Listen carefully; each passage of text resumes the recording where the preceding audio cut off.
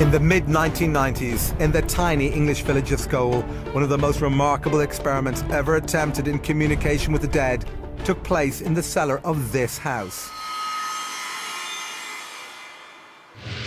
The Scole experimental group who conducted these experiments consisted of Diana and Alan Bennett, two of Britain's most accomplished mediums, as well as organisers and investigators Robin and Sandra Foy. Hi, hello there. Nice to see you. For 5 years, twice a week, the group would meet in this tiny cellar. Here the Bennetts would go into trance, allowing what they say were the voices of the dead to speak through them. Yes, we hear. Talking. Hello. Come on, friend. Come on, friend. We can hear you starting. But the Scole group went far beyond this, achieving spectacular results in a claimed form of spirit communication known as physical mediumship. There's a wide range of phenomena that physical mediumship over the centuries has been supposedly able to produce. Objects levitating, chairs, tables, objects in the room. Apports and teleportation, in other words, things just dropping out of nowhere. Sometimes things disappearing and reappearing. Apparent spirit hands, apparent spirit forms. Things that people can see happening. There's an effect on real objective things based on, supposedly, the communication or contact between a medium and the spirit world. The spirits are using the medium as a conduit to cause these events to happen.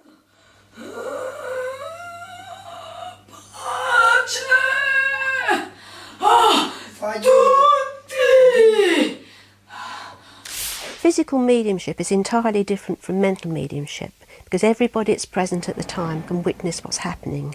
Such as if a voice comes from mid-air, everybody can hear and converse with the voice. Very nice of you to have us here. If a spirit person manifests, everybody can see what happens. I think it's fair to say that when you have sittings with physical groups as successful as the Scole group, you will see miracles. You see things which cannot be explained under normal laws of science. Trying to communicate with the dead has been a lifelong passion for Robin and Sandra Foy. Today, they are among the world's leading experts in physical mediumship. What happened here during the Scole experiment was very successful and a dramatic effort which proved conclusively to us that life goes on after we all die. Diana and Alan Bennett have also participated in physical mediumship for decades. They joined the Scole experiment in 1993. But both claim their astonishing abilities began long before this. My first discovery of being a medium was when I was a child. I used to see spirit. I used to hear things and be aware of things that other people weren't aware. When I was young, I saw spirits. Spirits that would come and show themselves to me.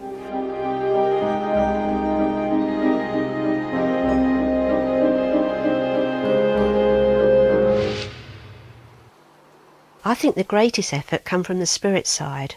I mean, without them you can sit there and nothing will happen. But a great deal did happen, more in fact than any other mediumship experiment ever conducted. And according to the Scole group, this success was due to the efforts of a group of deceased personalities on the other side. They called this group the Spirit Team. A spirit team was a team of spirit personalities who had lived a life on this earth. Several of them had been scientists whilst they were here.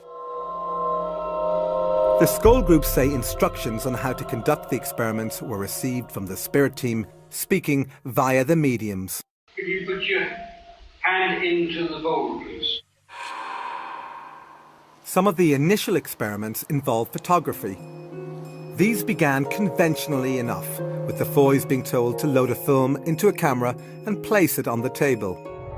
But after this, things began to get very strange. We heard the camera moving round over our heads, clicking and being wound on by spirit. In total darkness, so that in reality, nothing should have showed up on the film. But when the film was developed, There were amazing pictures.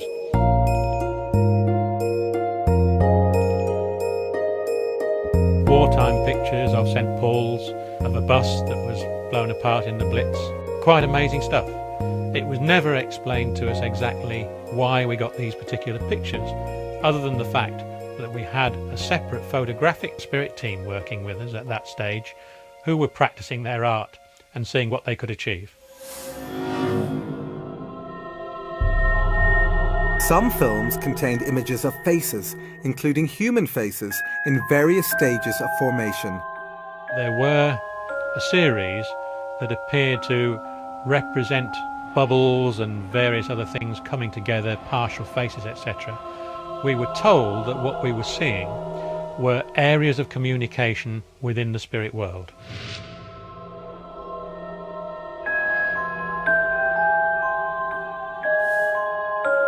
The Scole group believed these faces were images of deceased people, which were somehow projected from the other side. To them, this theory was confirmed with the appearance on another Scole film of this blurry profile. Communicators through the mediums informed them that it belonged to a man named Kingsley Fairbridge, who had died in 1924.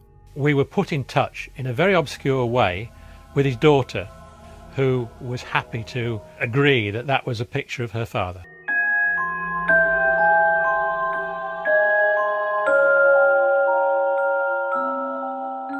In the next experiments, the Scole group say they were able to create these images not only in total darkness, but without the use of a camera. We were asked by the spirit team to put a totally unopened Polaroid 35mm film just in its plastic container. If the spirit team felt that they'd achieved a result, we were asked to develop it. This could be done immediately in a special processing machine. You can imagine our surprise when we brought this film up, they'd never been opened, put it through the processor and viewed it, and there was images and faces and writing. How do you explain it was there, you know? In order to counter accusations that they faked these images, the group invited independent investigators to select the films. I checked the box, which was factory sealed, identifiable by the glue marks. He then broke the seal, signed the plastic film container and carried it into the session where it remained on the table. But could it have been switched? I'm 100% certain that the film I selected was the same film that was returned to me at the end of the session. The film was immediately processed in front of him. Halfway along the film, we could see a Latin statement. The spirit team had said that they'd worked on the film, and lo and behold, there it was.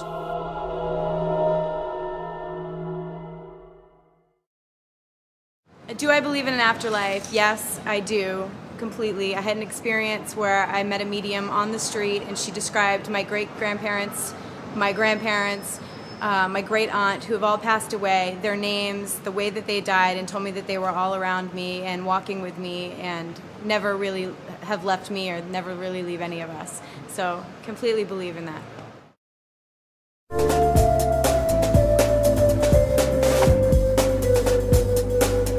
News of the remarkable events at Scole reached Italy, where the Scole group travelled to meet one of the world's most unusual mediums. Marcello Bacci amazes visitors and scientific investigators who say they can hear the dead speaking through his old vacuum tube radio.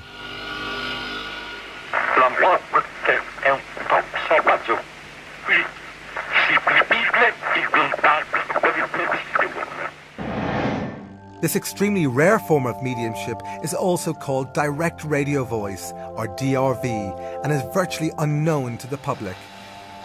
With it, experimenters believe that two-way conversations with the dead are possible. But could the Scole group communicate through Bacci's radio? Manu, are you there?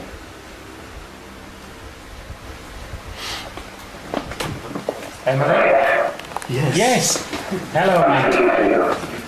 Thank you, Manu. After this, scientist Harry Oldfield a colleague of the Scole group attempts further communication.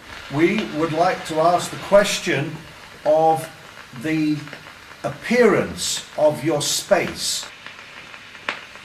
I can't really answer that. Can you tell something about Scole? Did I appear to be aware of what you're doing in direct contact with them? Thank you. Will the work progress? Certainly. Thank you. This is what I needed to know. Experts say that Bachi's ability to invite the spirits to speak through his radio is usually so reliable he conducts regular sessions. This seems highly improbable, but these grieving parents don't think so. The walls are littered with pictures of dead loved ones. Parents clearly recognize the voices as belonging to their departed children.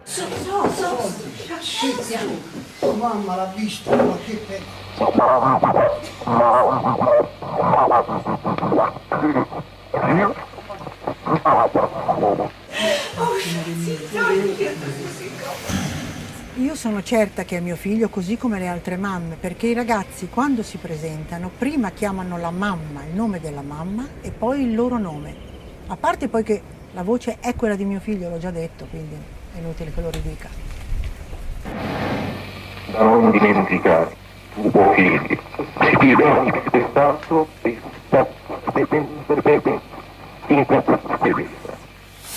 Però nel tempo ho avuto delle prove che solo io potevo sapere e che hanno dato la mia sicurezza di che questa era la prova che mio figlio era ancora vivo.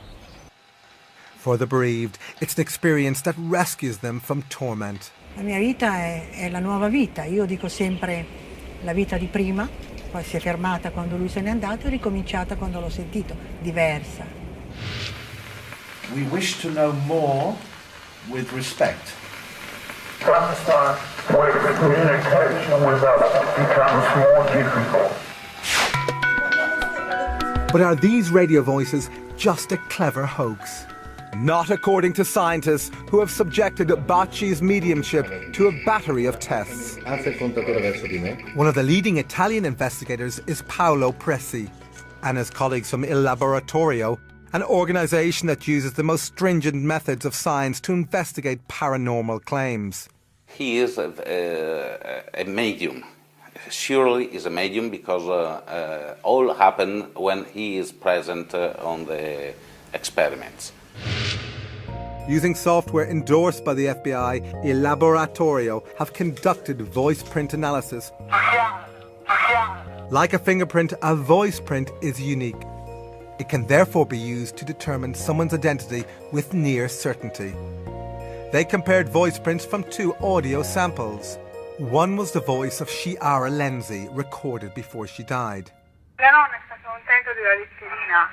The other came out of Bachi's radio after her death and was clearly recognised by her father.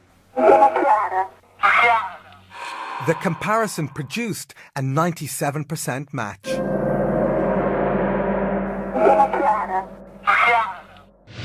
Despite this startling evidence, skeptics claim that the voices could be faked by transmitting them from a remote location. But Dr. Emanuele Toriello, who has been investigating Bachi for decades, believes this is impossible. Dr. Toriello was present during key scientific experiments that, he says, eliminated any possibility of remote transmission. One of the first of these experiments involved putting Bachi's radio inside a special device that shields it from all radio signals. Yet still, the voices continued. We couldn't be more excited. Second point, the radio was switched off, and though the voices were going through. The third and main point, that the tube or the valves of the radio were totally removed. Still the voice were going through. So you tell me how it's possible. Thank you for all your hard work.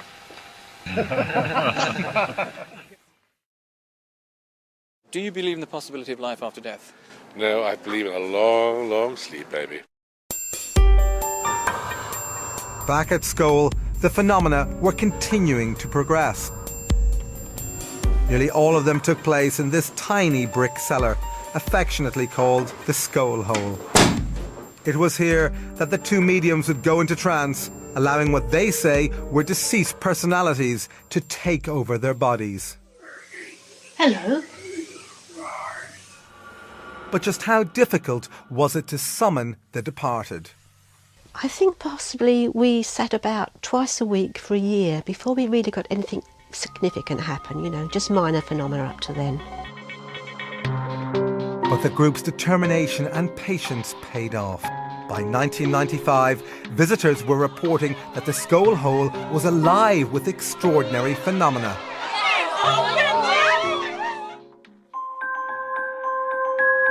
According to the Scole group, their spirit communicators requested that they place this empty glass dome on their table. The glass dome was very important to the Scole work. Creative energy stored in the dome and was used by the spirit team to produce the phenomena that happened at Scole. In this remarkable photograph, the energy can actually be seen radiating out from the dome. But since these phenomena are so unusual, the group knew that without careful independent scrutiny, their experiments would be dismissed as fake.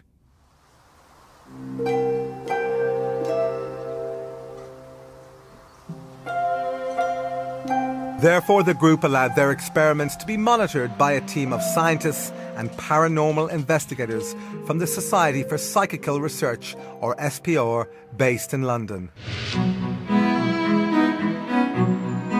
For over a century, the SPR has specialised in examining paranormal phenomena in an unbiased and scientific way.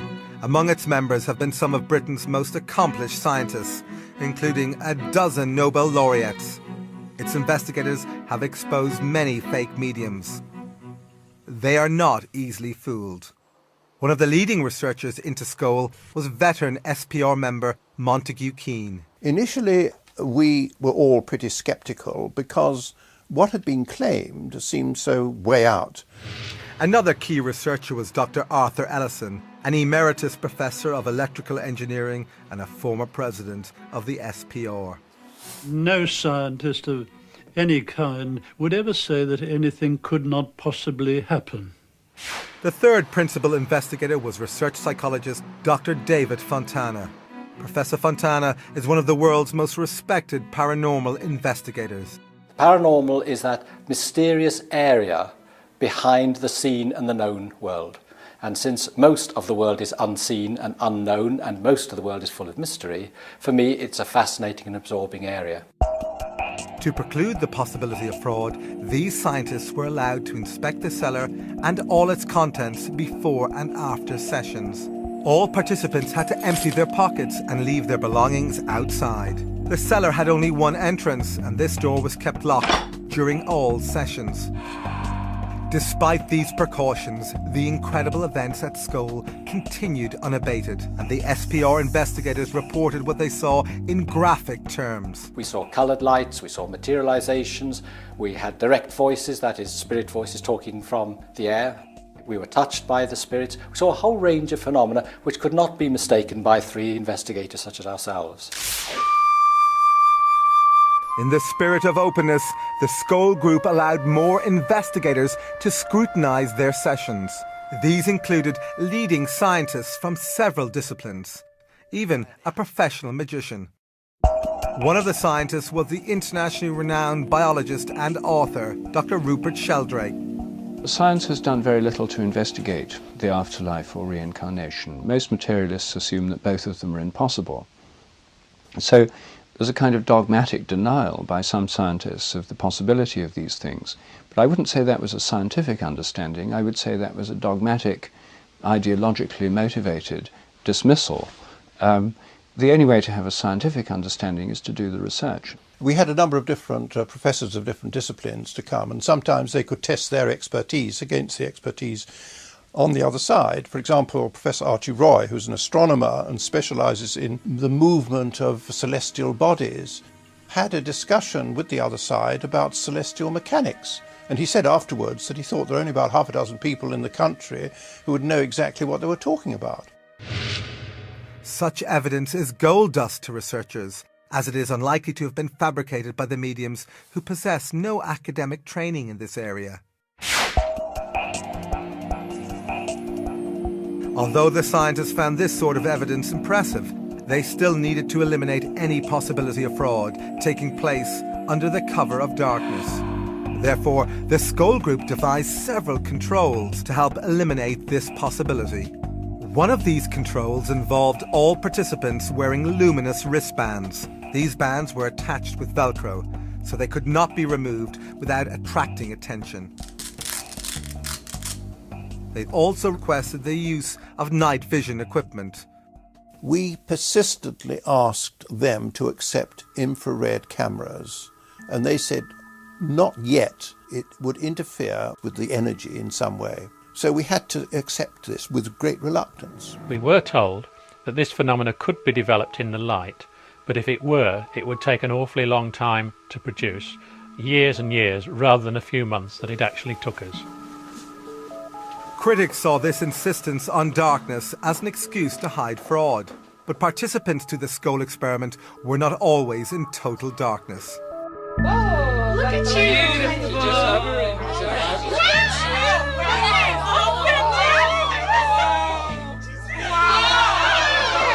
There were various shapes, generally like a pea-sized light, and it had substance. They would come and sit on your hand, you could feel them. They were intelligently directed and intelligently moving, and would be responsive to our wishes, whether expressed or silent. The gyrations were sometimes so rapid that it almost left like a circle of light going over here and over there. Sometimes two lights would appear and just stare at me within inches of my eyes. I thought at first that the lights must be small light-emitting diodes suspended on the end of nylon fishing line. Then suddenly a light would start to do a tap dance on the table, bouncing up and down on the table, and you could hear it click as it rebounded from the table. And suddenly it went pop, went through the table and came out the other side. Now, no nylon fishing line explanation would account for it going through an apparently solid, well, it was a solid object, a table. The lights also had another rather strange trick up their sleeve, if I may talk about lights as having sleeves, and that was to pass through bodies. I was actually used as a guinea pig in the early days to see how it felt and to develop the phenomena. And this light would actually enter through my chest, and then 3 minutes later it would probably pop out of the arm or something and disappear across the room. This was being developed to produce a healing phenomena. I have this bad knee, and at one point we had a light that was moving around the room and rested on my knee for a minute and suddenly moved inside my knee. Yeah, she just went into my bad knee. I could feel it moving around in my knee and then all of a sudden shot out the back of my leg and took off. The pain was greatly reduced and the swelling that had been in it that day was gone, and that was a huge, wonderful thing to happen. Visitors declared themselves delighted by these displays, but they were astonished to hear voices of what they say were spirit personalities talking through the mediums. We had 1,000 hours of communication during the Scole experiment, 1,000 hours of continuous communication with the spirit world. Be quiet, be quiet, be quiet. Emily, when did you live on the Earth? Oh, a long time ago now. 19th century? Yes. In this dramatic form of spirit communication, the mediums go into trance, during which time, they say, spirits take over their bodies and speak through them. It's the love that connects people. Right. And the rest doesn't matter a jot. So what's it like to supposedly talk to the dead in this way? It becomes very natural, and actually talking to somebody who is deceased, if you like, is a natural thing, purely and simply because it's the same as you talking to me here in this room at this very moment. There's no difference other than the fact that we are aware that they're no longer in this world. And not be frightened in any way. But could the mediums have just been acting? The researchers didn't think so. The voices were quite different from those of the mediums themselves, and the personalities behind the voices were not only quite different, but were very consistent. Even the accents were.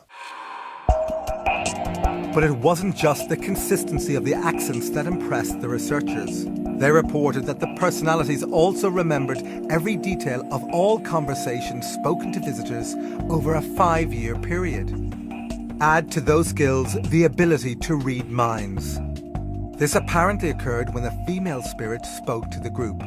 She would tell us what was going to happen, she would comment on what we were doing, and sometimes what we were thinking. She would answer our questions quite frequently before we'd actually asked them, which was quite embarrassing sometimes. Thank you for your warm appreciation of what we're trying to do. This communicator identified herself as the spirit of a Mrs. Emily Bradshaw. And Mrs. Bradshaw, who was a very commanding figure, a lady of the upper class Victorian or Edwardian lady, or she sounded like that.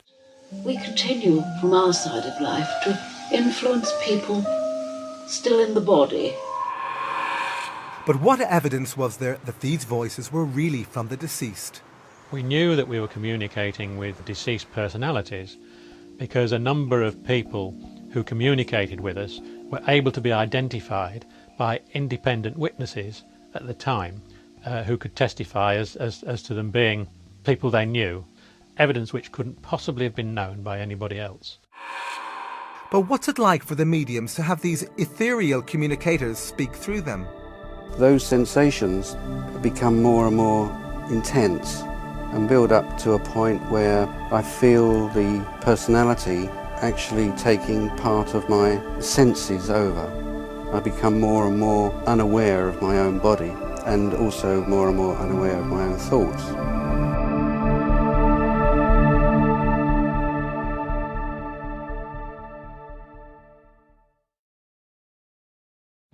My mother died about 1.5 years before my father did, and 3 days before my father died, he saw a vision of my mother and was very disturbed when she suddenly disappeared.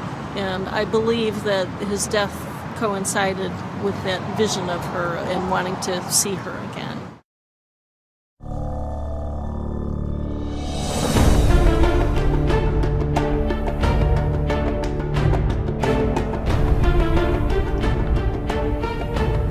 Back at Scole, visitors reported seeing and especially hearing these objects materialize from out of nowhere. In the language of physical mediumship, these objects are called apports.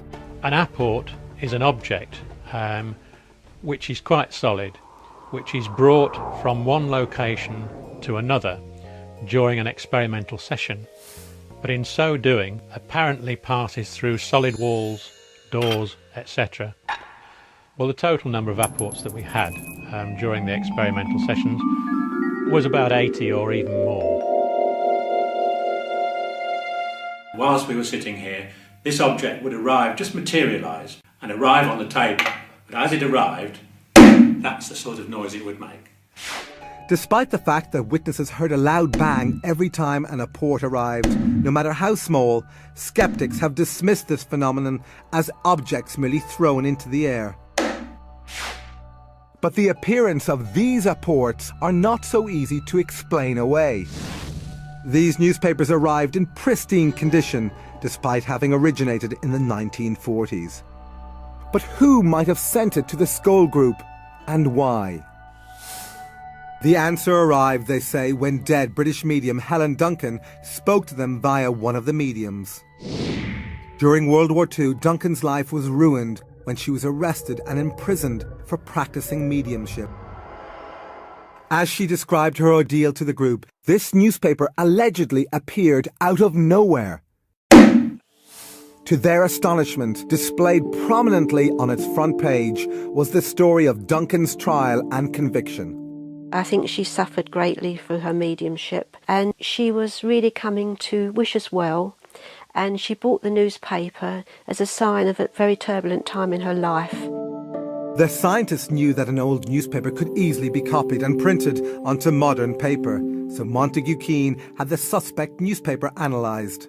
We took it to the leading research station in England, indeed in the world, on paper and printing. And it was absolutely clear from their report that, first of all, it was done on letterpress, which has gone out of existence virtually since the early 1970s, I would say. It was newsprint produced during wartime, which lacked certain chemicals which you couldn't get hold of. So this was a genuine article which appeared 50 years after the event, but no one has been able to explain how it got there. So where did all these apported objects come from? We were told by the spirit team that they were never stolen, but were basically objects that had been lost or discarded, or at one time been owned by the spirit personality that brought them for us.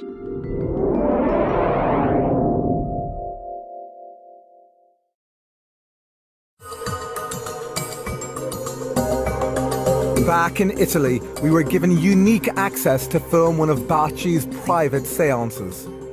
But Tim, now you have to sit somewhere and sit. Not in my back. Not in my back.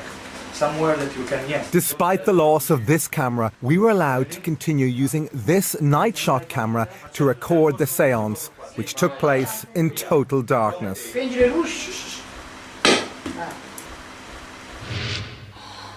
As the seance progressed, the medium went into trance.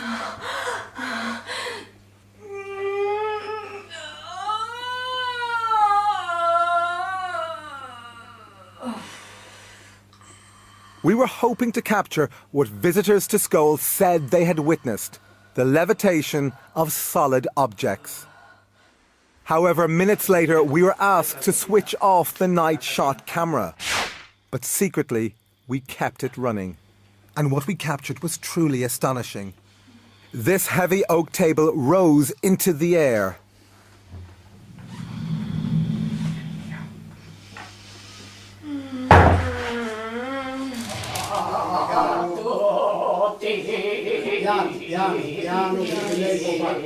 But levitations were not the only phenomena we witnessed during these seances.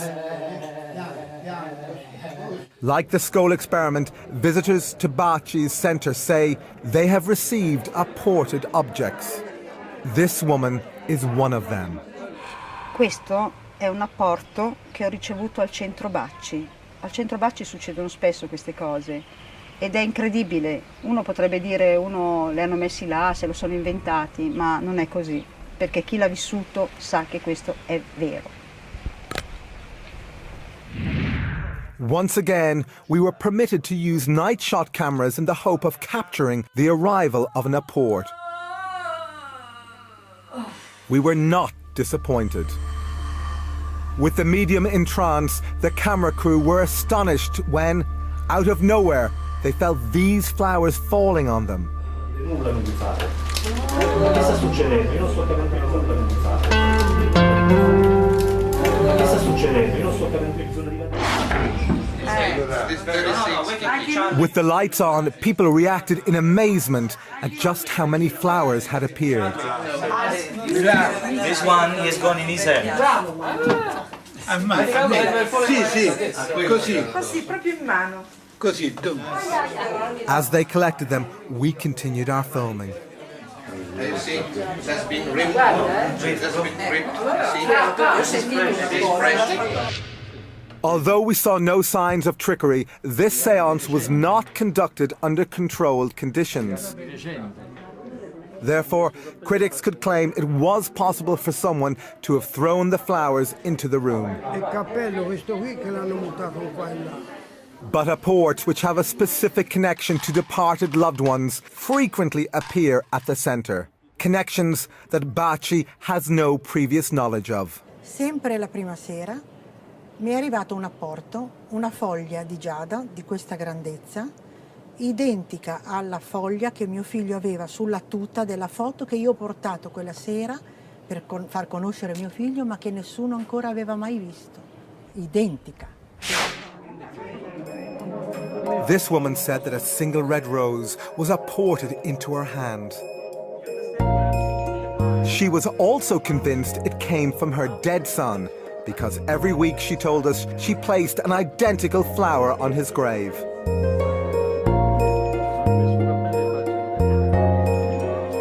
As impossible as it sounds, could this rose really have been sent from the other side?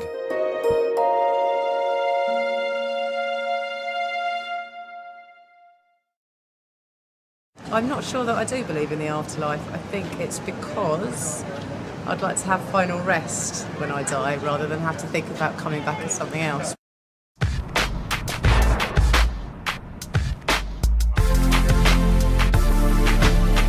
Back at Scole, the phenomena were continuing to progress. The scientists were about to experience something even more shocking. Another thing that happened was that a hand materialised and sort of glowed.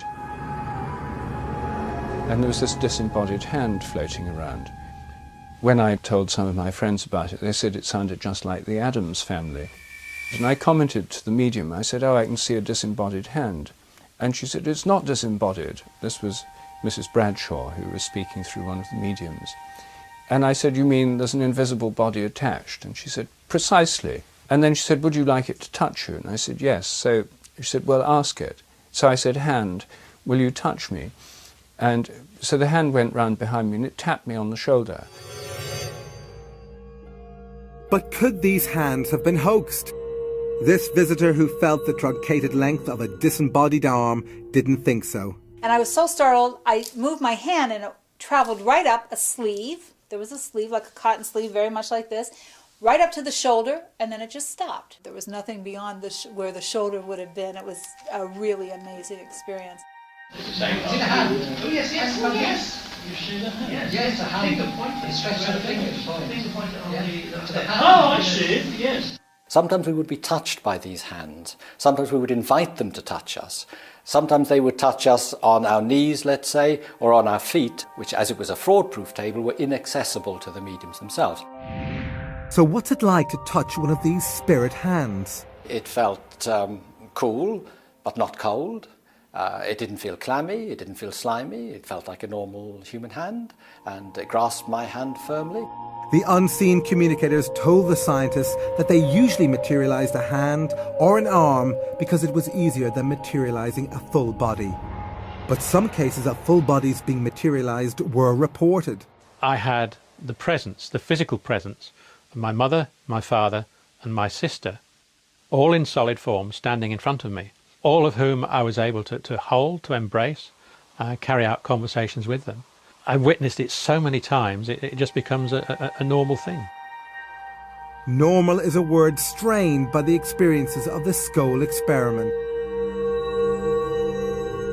And there was nothing normal when patches of light floated over the scientists' heads and slowly changed into spectral forms. The diffuse patches of light would take the form just of a human face, moving round the room with the direct voice, very, very faintly, coming from the diffused patch of light, and the lips moving, again, very faintly. As I stared at the face, it was noticeably smaller than a normal size head. But within the face itself, features were clearly visible. We could see the glistening of the eyes, we could see the eyes moving. And even more remarkable forms were to appear. They looked like angelic forms. Is that what's over my hands? Oh my goodness, look at that! And I was very fortunate that one came and landed on my hand.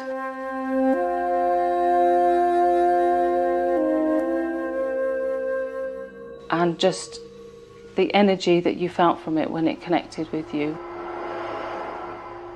was a lovely experience, and it just felt like an overwhelming feeling of love.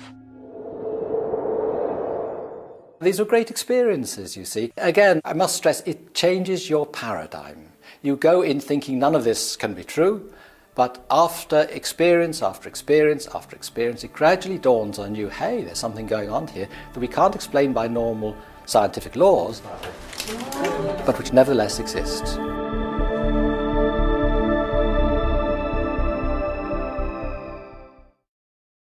Years ago, I was staying in this very old inn, and I actually saw somebody come out from the wall and walk through and just disappear again. And I just believe there are people that are trapped between here and the next world.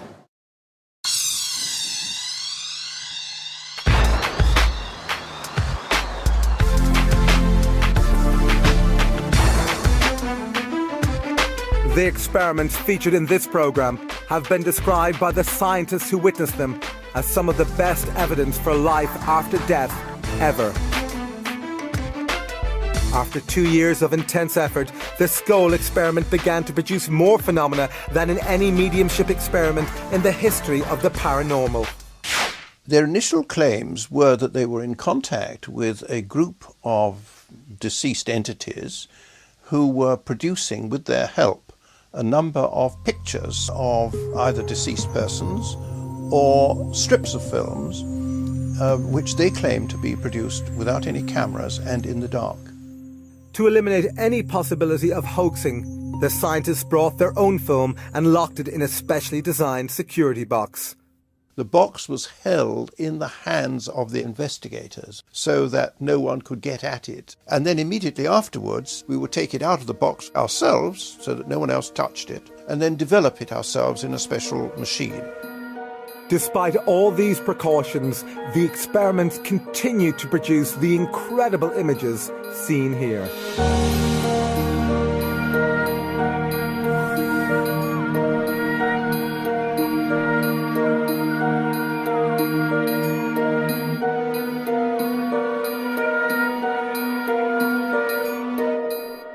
They were able to achieve whole lengths of film, sometimes up to as much as 4 feet, with various words, symbols, messages, all sorts of different things on that film. Other films contained poems in centuries-old German and fragments of Greek, Chinese, Hebrew, Latin, and even Sanskrit. The Scole group were ordinary people with no knowledge of these languages.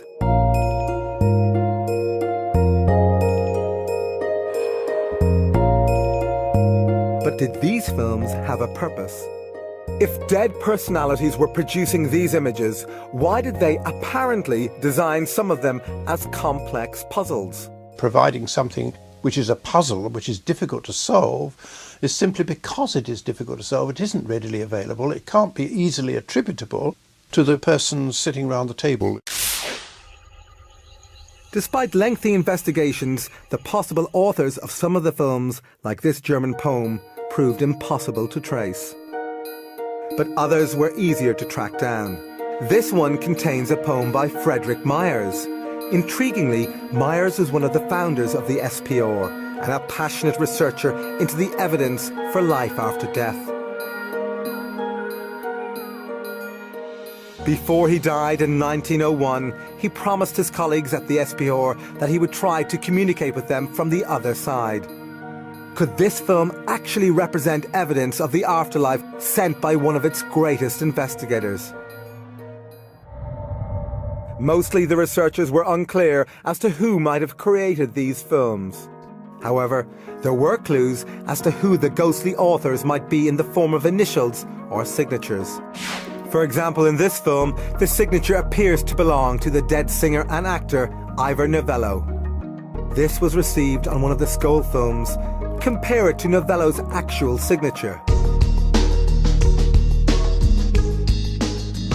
Investigators say these images were created in total darkness. But how? I think that those pictures can be explained only by imagining that the spirits can project their recollections and images onto a film in some way we can't begin to understand.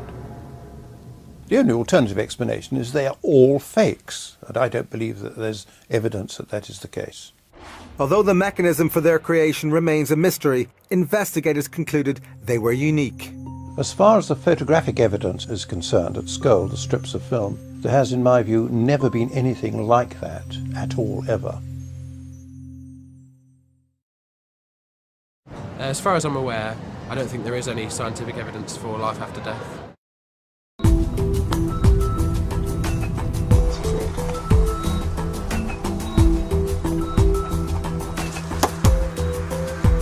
Spurred on by the photographic experiments, the Scole group began a series of video experiments called Project Alice, after Alice through the looking glass. Their ambition was nothing less than to try and capture moving images sent from the spirit world. The Scole Group insists that instructions on how to position the camera and mirrors came from their spirit communicators. They were told to set up a video camera in the dark cellar, aim it at a pair of mirrors so that it could only film its own viewfinder. While it was recording, nothing unusual was seen. But when the tape was played back, these remarkable pictures appeared. We had images on the video, sometimes of what looked like a tunnel of light. Other times spirit faces were coming towards us.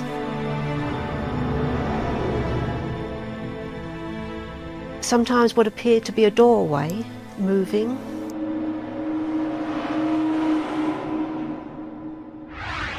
Skeptics claim these images were created by video feedback, occurring when a camera records its own output. But scientists have ruled this out. Video feedback doesn't produce this kind of result. As to what these extraordinary pictures represent, we can only guess, since their meaning was never explained to the Scole Group.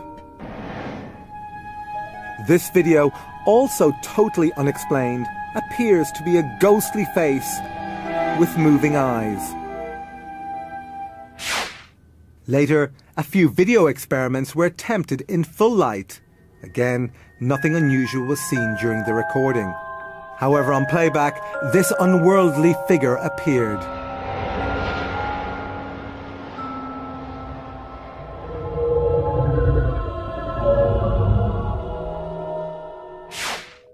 But was it possible for the Scole Group to have faked these images? Not according to the investigator who monitored these experiments, Swiss lawyer and businessman Dr. Hans Scher. There's absolutely no possibility that this film could have been prepared before, because I selected one of the video films which was in its original packaging, which I opened. I took the film out, I signed the film, and I put it personally in the video camera. He inserted it into the camera. We never touched at any stage the camera or the film. When we played the film, it showed at the beginning a number of bubbles of various colors.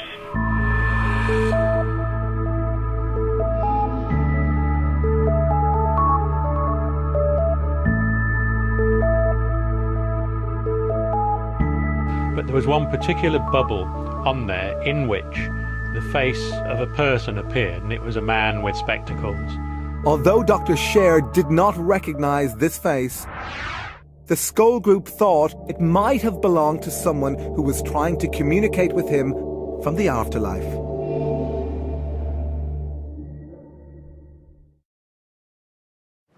I have heard of the electronic voice phenomenon. I think it's actually one of the most disturbing and unnerving aspects of the notion of there being an afterlife.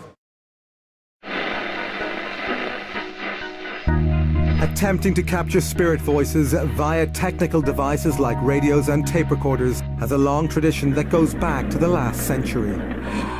Today, there are tens of thousands of people around the world who say they have captured the voices of the dead on simple tape recorders.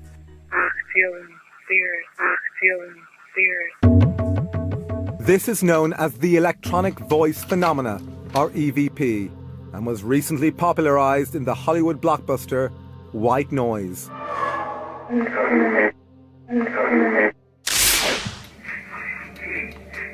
Despite the Hollywood treatment, EVP has been the focus of serious scientific investigation.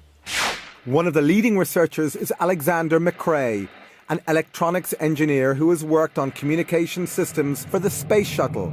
He has been investigating EVP for decades. If somebody came up to me in the street and said, there's nothing paranormal about EVP, I would say, well, I've done at least 20 years and hundreds of experiments, and I know that it is a paranormal effect. Now, how many experiments have you done? But skeptics insist that EVP is nothing more than the random pickup of broadcast signals like radio and TV. To test this theory, McRae tried to obtain EVP inside a laboratory that was fully shielded against radio and sound waves. This meant it was impossible to pick up any stray broadcast signals. So inside the laboratory you couldn't pick up anything, but yet the device still produced voices. Although this audio sample is hard to understand, the very fact it was recorded defies all known laws of science. One experimenter of EVP is Vicky Talbot, who lost her son Braden in a boating accident in 2001. Okay, I'm coming down into Wildcat Cove right now, which is the cove that my son departed from and did not return. Ever since then, she says she can record and recognize his voice using this digital recorder. Well, that's Braden. What has really convinced me is the way he speaks, the stress, the intonation. Sometimes he sounds exactly as he did in life. Happy New Year. He will use certain phrases that we used to use. He will say certain things that will identify himself as the person that he was in life. I am convinced, personally, that I am communicating with my son. Like visitors to Scole and to Bachi's Centre, EVP practitioners find comfort in the belief that they can still communicate with loved ones. But even this conviction can't make up for the unbearable burden of losing a child. These just make me want to cry, just looking at him. He'll just never be this age again, or do that again.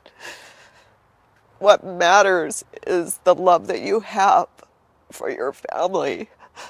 That's what really matters, and not to screw it up.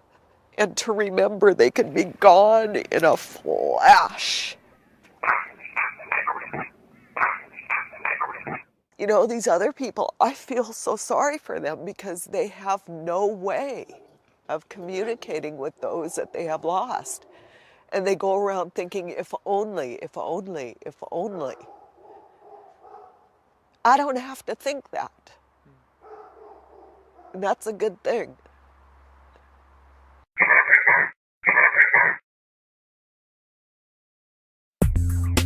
Although EVP provides some comfort to the bereaved, practitioners say that the voices are often unclear, always one way, and frustratingly short.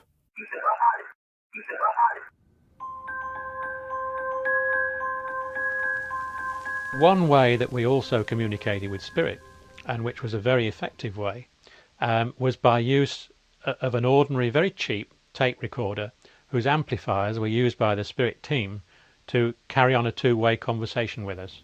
We inspected this machine and found it was completely normal. Earlier, its built-in microphone had been removed to eliminate the possibility of recording anything. When the machine, which contained a blank cassette, was activated, witnesses were astonished when they heard this voice asking them a question. Yes. Yes, Scole Experimental Group. Experimenting with audio equipment. Yes. Historic moment it is. The Scole Group say that their spirit communicators suggested ways of improving their experiments. For example, they told Professor Ellison, one of the SPR scientists, how to build a device for boosting communications via the tape recorder. But this information arrived in a very strange way.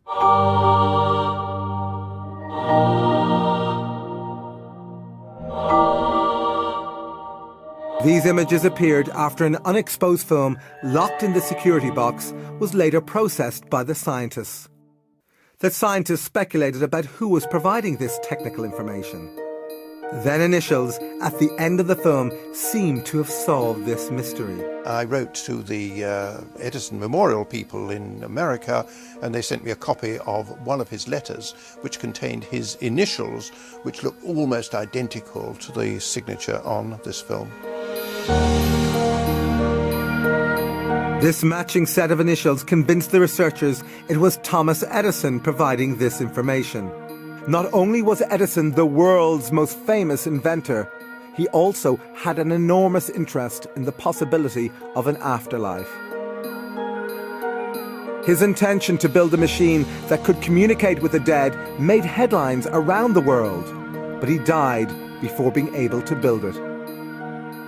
Is it possible that through the Scole Group, he finally achieved this aim? My understanding of life after death is what we've done here, the way we've affected people about us and things that we do, and it lives on through them.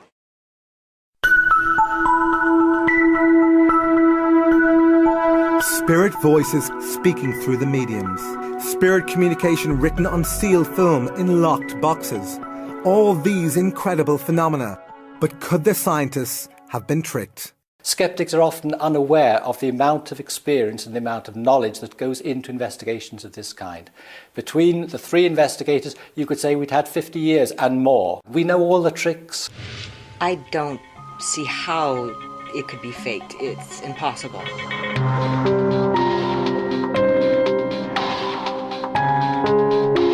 Nevertheless, was it possible for the Scole Group to have perpetrated a massive hoax? These things are so extraordinary that when one tells them to people who've not had the experiences themselves, they think, oh, it must be trickery. And the challenge then always is, OK, you duplicate it. But so far, no one has been able to do this. Nevertheless, critics still claim that the events at Scole were produced by the kinds of conjuring tricks used by stage magicians and entertainers. You found them in this manner, like this, you see. Because professional magicians learn all the skills of illusion and misdirection. Genuine. I'm not going to show you how it's done, because if I showed you how it was done, you'd tell everybody else. They are also well qualified to detect this type of fraud. Hey, presto. With that in mind, James Webster was invited to scrutinise a number of Scole sessions. Webster is a member of the Magic Circle in Britain and has been a professional magician for over 40 years. Well, I had an opportunity to view the cellar. I could see no magic props or anything which made me feel inclined to think there was any hoaxing or trickery. But could he replicate the events at Scole? I could not do it myself as a professional magician. And I don't believe in any magician that I knew could do even the lighting, let alone the other phenomena that I witnessed. Any one of those in the cellar, I'd say they were wasting their time doing this here for nothing, when they could be earning $1 million out there on the stage.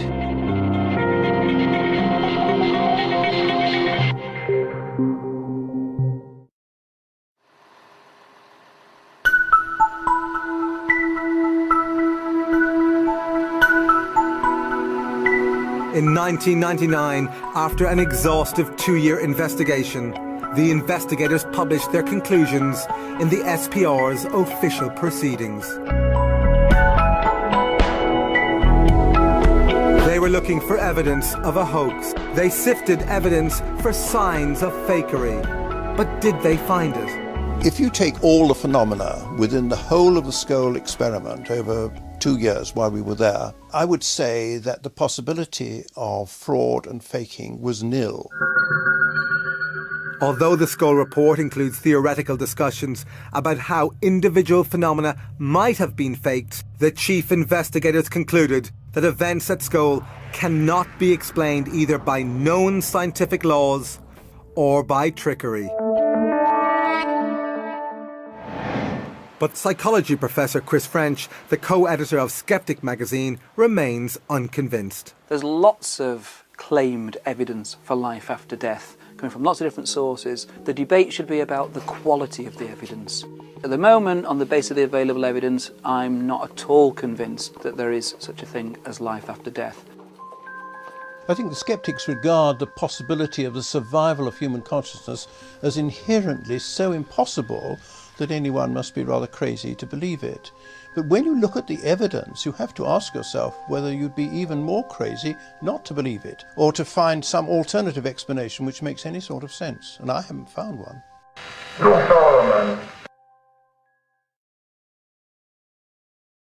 When we die, we go into another world. A lot of worlds. 3,665 worlds. How can you be so specific? Because I read it in the Bible. News of the amazing events at Scole spread around the world. In 1997, they were invited to hold sessions in 4 European countries and the United States. Some of the most successful sessions occurred in the Los Angeles home of Brian Hurst. We wanted to see whether it could also take place so many thousands of miles away from Scole, here in Southern California.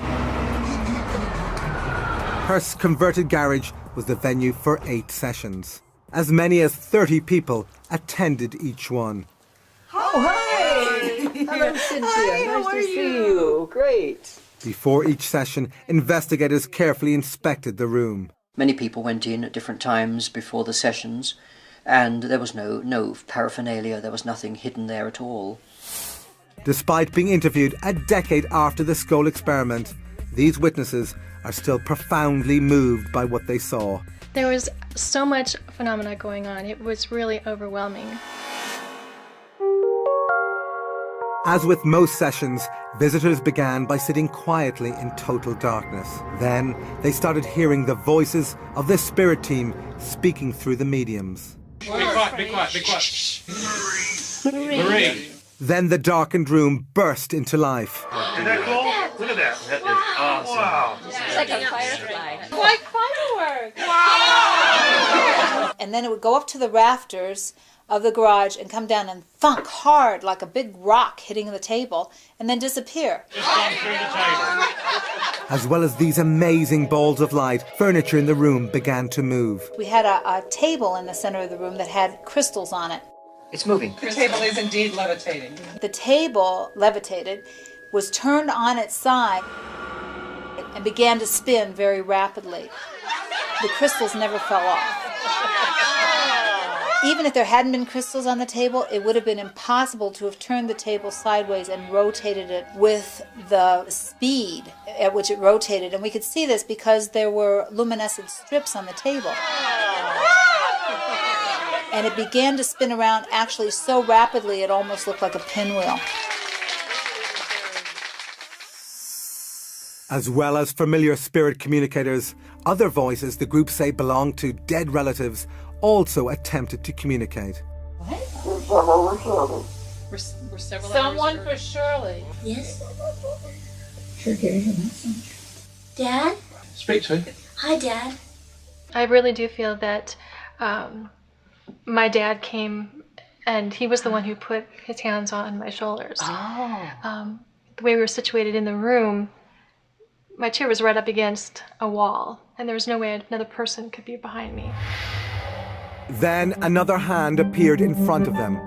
But who did it belong to? There was a particular communicator called Reg Lawrence, who was an engineer in his lifetime and who became very expert at producing voices from midair. Oh, hello, Red. Hello, Brian. Very nice of you to have us here. He just touched my hand. Oh, yes. Oh, he's stroking it. It's slightly cold, but it's flesh.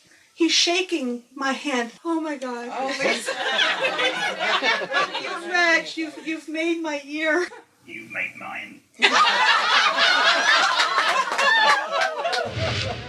As usual, Lawrence did not communicate through the mediums. Instead, the group could hear his voice projected from different parts of the room. Some of the voices were moving around the room, even high up in the rafter area that somebody would have had to climb up on a ladder to get up there, and there's no way that was happening. The spirit team also came to be regarded as healers by the participants. Has it gone inside you, that light?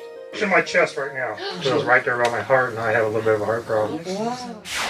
I was diagnosed with cancer, and a very fast-moving, dangerous cancer. I sat with Scole, and probably 2 to 3 weeks later, I had biopsies again, and they came back completely negative.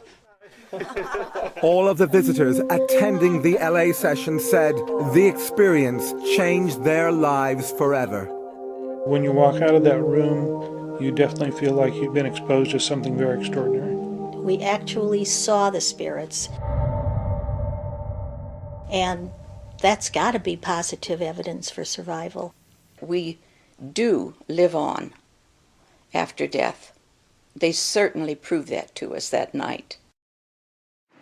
Being survived in Auschwitz, and also my parents were killed in Auschwitz, including my 11-year-old brother, who was killed on arrival with my parents, and I just cannot accept it that should be the end of them.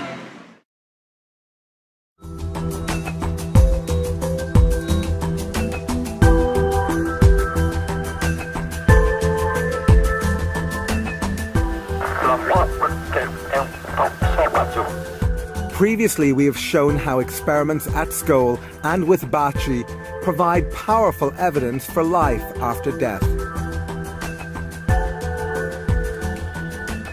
But some researchers think there may be another possible explanation.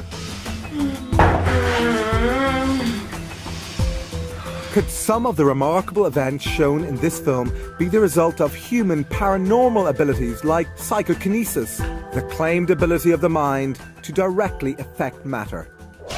There's an enormous amount of evidence for the existence of psychokinesis. In the laboratory, we're talking mainly about the evidence of human consciousness on random number generators and very small events that can be totally controlled. There is clear evidence that people can affect things.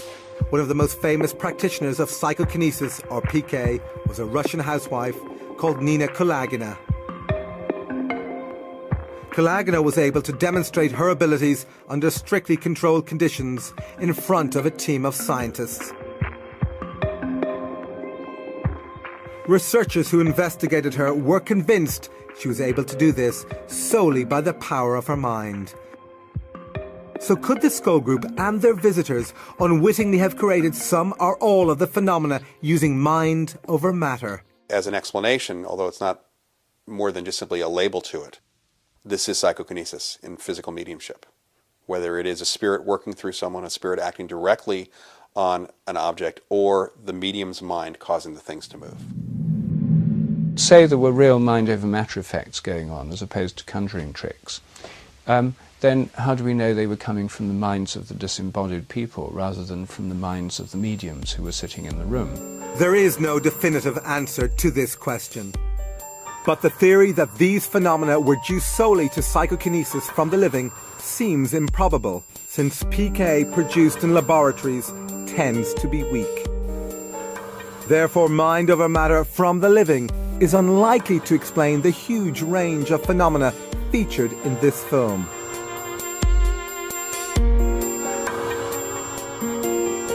Emily, when did you live on the Earth? Oh, a long time ago now. 19th century? Yes. We simply have a number of clues of information which was extremely unlikely to have derived from the subconscious mind or the conscious mind of the medium. And the more impressive those are, the less likely it is that you can say that this is an aspect of mediumship. And the more likely it is, it's an aspect of discarnate communication.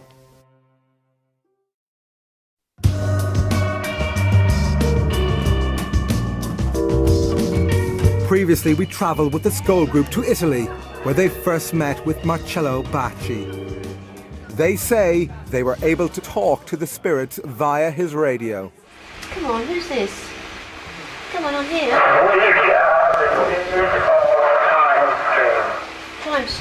Time stream. But when the Scole group visited Bacci in a later session, he was having problems.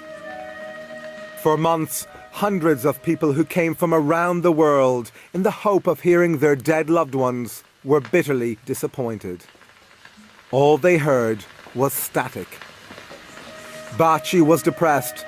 He feared he had lost his unique talent.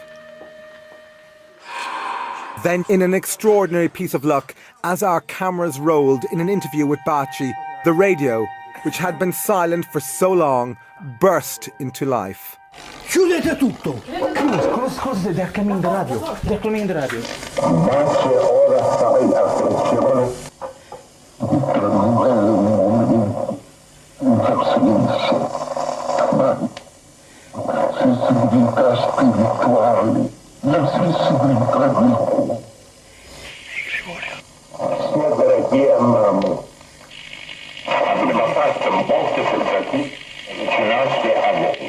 Grazie Gregorio, però ci sono, vi prego, stasera sapete.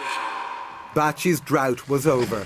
When the radio voice stopped, there was celebration. Mamma mia, mamma mia che gli hanno detto. Baci felt he'd regained his ability to communicate with the spirits. But then joy turned to disappointment as he thought he had failed to record the voice. Madonna, non è partito. No. Era solo il tuo. No, era partito, l'ho spento io, vai. L'ho già messo indietro. Ah, te? Mi fa sì. Poveretto, lo desiderato. Io poi dico, ma l'ho messo io indietro. Once the recording was transcribed, Baci told us the voice belonged to a spirit called Gregorio, a Catholic friar who had died many years ago. Later, independent researcher Dr. Toriello read the last part of this ghostly message. Man, he passed his time just deceiving himself, okay? But when all of you will be here where we are, okay? Then you will find the answer to all your questions. I'm sorry, I cannot say more.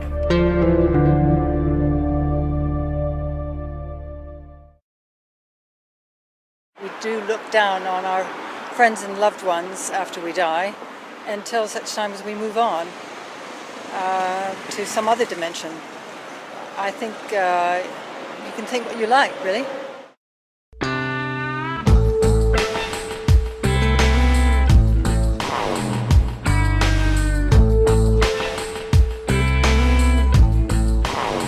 Despite the evidence from Scole and Baci, most scientists still refuse to even consider the possibility that consciousness might survive death. Dr. Rupert Sheldrake, the internationally renowned biologist and Scole investigator, offers an explanation. There's a dominant materialism in science that grew up in the 19th century. It's become part of the culture of science, but it's really a dogmatic belief system rather than a testable theory. What this means is that scientists have become completely focused on the things they can both measure and replicate in labs. Within science, based on a materialist point of view, the mind is the brain. So anything that suggests the mind might be more than the brain goes against the theory, and therefore most scientists don't want to know about it. Another prominent scientist not convinced that consciousness is solely the result of brain activity is Dr. Charles Tart. But that's just a small part of the spectrum.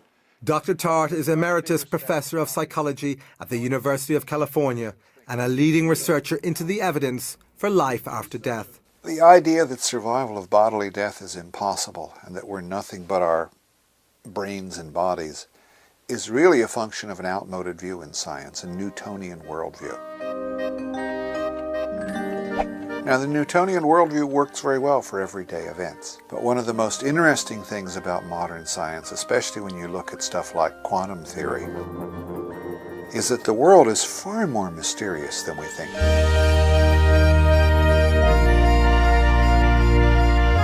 And we now have experimental evidence of what Einstein called spooky action at a distance, that we can instantaneously affect something in a distant part of the universe. That's really wild.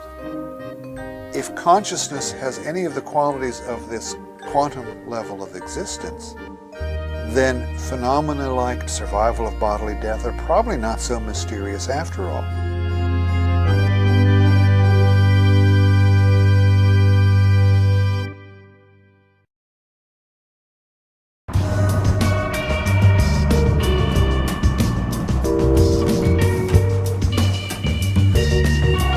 Could quantum theory explain one of the most shocking experiments conducted at Scole? This particular experiment was perhaps the most important experiment of the whole series. Previously, we showed how visitors reported seeing these balls of light appear before them. It's like fireworks! On this occasion, one of them flew inside a large quartz crystal. The crystal then levitated, we could see it glowing, and then descended into a Pyrex bowl. Then Arthur Ellison was invited to pick it up. He picked it up and satisfied himself that it was there and it was glowing, and he put it down again. He was asked right away to pick it up again. He tried to, and his fingers closed right over it.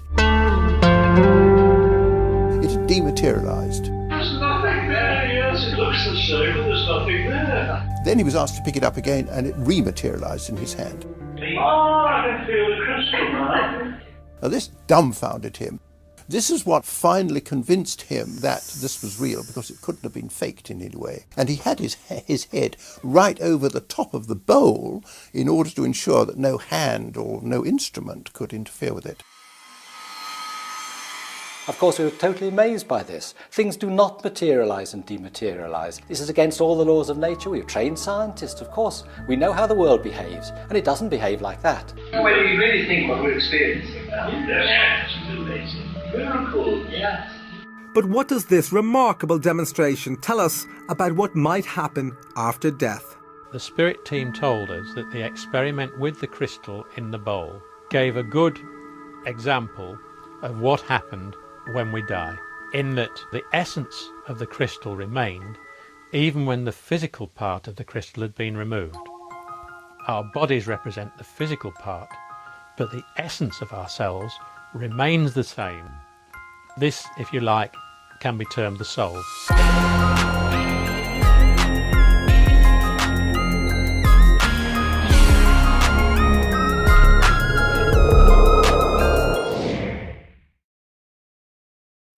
If I believe in the possibility of life after death, what do I think would happen after? I don't know. I just don't know, do you?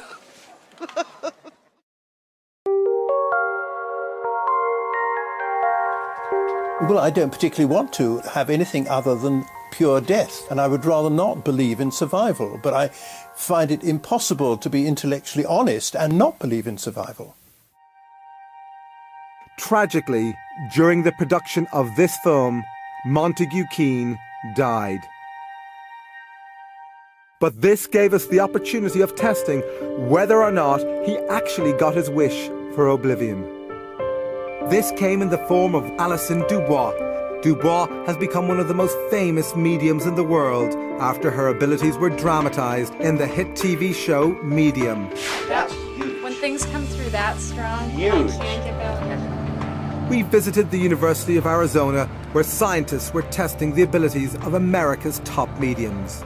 Here we challenged Alison Dubois to contact the spirit of Montague Keen. It's not the same as when you're alive. She was able to conduct her mediumship in full light, in front of the camera, with two researchers seated behind, asking questions. Do you have any idea who this person is? Dubois wasn't given any information about Keen. The only thing she was told was the first name of Keen's widow, Veronica. The fact that he gets to still be here around the people he loves is huge to him. Although many of Dubois' statements were vague, some were astonishingly accurate. He went down at a podium, or no.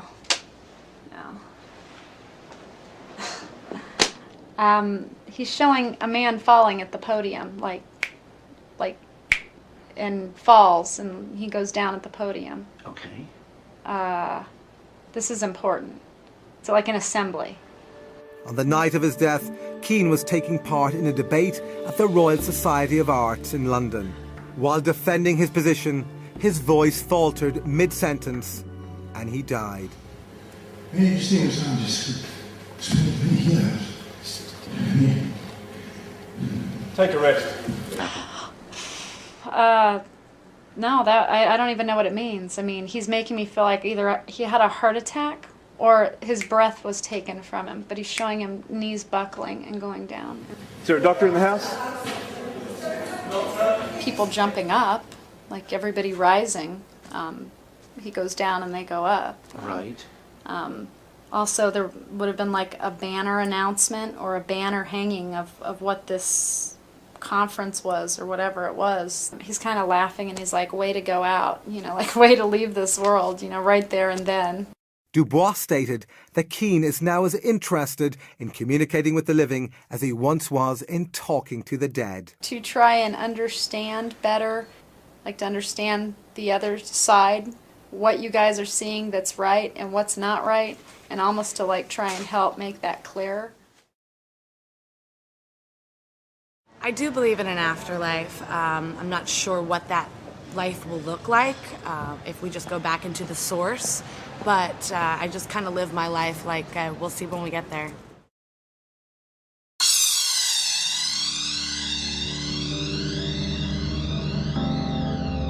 Although some researchers continue to question whether the experiments featured in this film represent convincing evidence for an afterlife, for the leading investigators and participants, there is little doubt it does.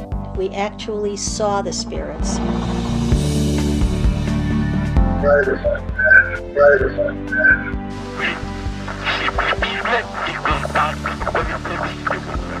Emily, when did you live on the Earth? Oh, a long time ago now. 19th century? Yes. Come on here. I think we were pushing the barriers further than they'd ever been pushed before, and I think we just got to the stage where at that time we couldn't go any further.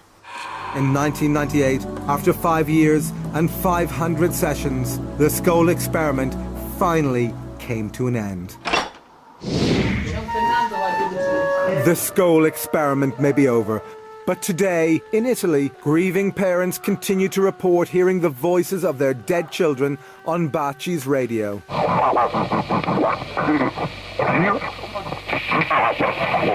And Vicky Talbot says she continues to receive the voice of her deceased son, Braden, via EVP.